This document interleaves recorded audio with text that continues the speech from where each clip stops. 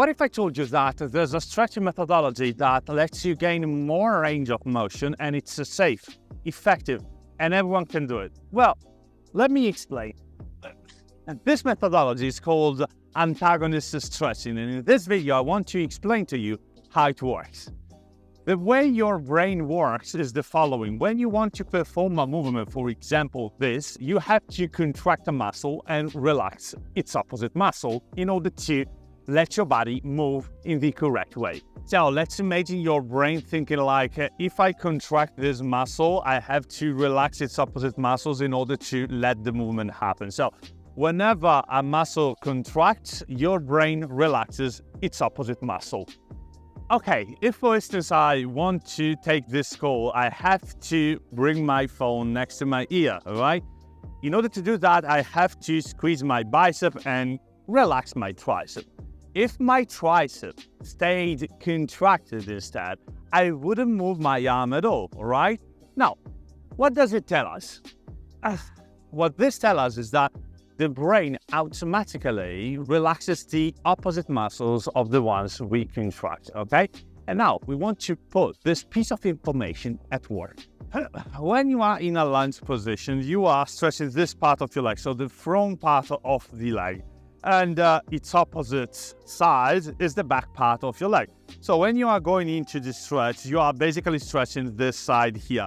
And how can you contract its opposite side? For example, you can put a yoga block next to your foot and glutes, like this.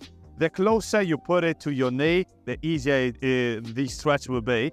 And now from here, in order to contract its opposite side, when you get into the stretch, you want to squeeze onto the block as if you wanted to crunch the block with your foot, and you hold it for long enough, for example, for 10 to 20 seconds. And after 10 to 20 seconds, you stop the contraction, inhale, and on the exhale, you're gonna get deeper into the stretch like magic.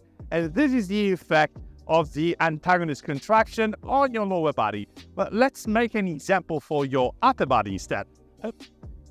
So can you use this kind of methodology for your upper body as well? Of course you can. For example, if you want to stretch your chest area, your front shoulder area, you can perform this kind of stretch here where you put your arm in a 90-degree position and you rotate it over that arm. You are stretching the front part of your shoulder. Now, to perform an antagonist contraction, you can lift this hand up as if you wanted to do something like this. Of course, if you can or can't lift your hand, depends on your flexibility. But the most important thing, and this is true for every antagonist contraction you want to perform, is not that you can actually move the joint. The most important thing is your intention. So if you want to intentionally try to lift your hand, then you can lift it or not. But the most important thing is that you are creating a contraction on the opposite side of the muscles you are stretching, and you hold it for long enough, for example, for 10 to 20 seconds. Then you stop, inhale, exhale, and on the exhale, you want to get deeper into the stretch. And this is how you want to perform an antagonist contraction for the front part of your shoulder. Now, what do you say about splits? When you are here, you want to push your front foot and your back foot up as if you wanted to lift your legs off the floor. So you want to squeeze the anterior part of your front leg, squeeze the posterior part of your back leg, and squeeze your glutes as well, in order to apply an antagonist contraction.